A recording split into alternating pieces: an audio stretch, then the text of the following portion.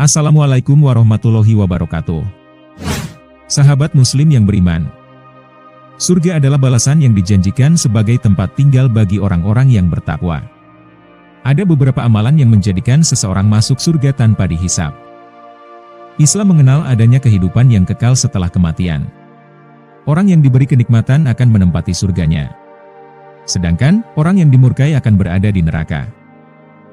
Dalam sebuah hadis yang berasal dari Abu Bakar radhiyallahu anhu, dijelaskan bahwa akan ada umat Rasulullah Shallallahu Alaihi Wasallam yang masuk surga tanpa hisab. Dari Abu Bakar radhiyallahu anhu, bahwa Rasulullah Shallallahu Alaihi Wasallam bersabda, "Aku dianugerahi Allah 70.000 orang dari umatku masuk surga tanpa hisab. Wajah mereka tampak seperti bulan di malam purnama. Hati mereka semuanya sama. Lalu, aku memohon tambahan kepada Allah dan Allah menambahkan untukku setiap satu orang menjadi 70.000 orang." Hadis riwayat Ahmad dalam Musnad dengan sanad yang sahih. Dalam riwayat lain dijelaskan, di antara umat Rasulullah Shallallahu Alaihi Wasallam yang masuk surga tanpa hisab, mereka juga tidak akan mendapat siksaan. Dari Abu Umamah bahwa Rasulullah Shallallahu Alaihi Wasallam bersabda, "Tuhanku berjanji kepadaku bahwa akan ada 70.000 orang dari umatku yang masuk surga tanpa hisab dan tanpa disiksa. Dan, setiap 1.000 orang bersama 70.000 orang dan 3 genggaman dari genggaman Tuhanku." Hadis riwayat Ahmad, Tirmizi, dan Ibnu Hibban. Dalam sebuah hadis disebutkan bahwa ada 3 golongan orang mukmin yang pertama masuk surga. Mereka adalah orang yang mati syahid, orang yang suci karena kesuciannya, dan hamba sahaya yang beribadah kepada Allah dengan baik serta memberikan kasihan kepada orang tuanya. Amalan-amalan yang memudahkan masuk surga tanpa hisab. Selain orang-orang yang telah ditetapkan sebagai orang terdahulu yang masuk surganya, ada beberapa amalan yang bisa dilakukan setiap muslim untuk memudahkan masuk surga tanpa hisab.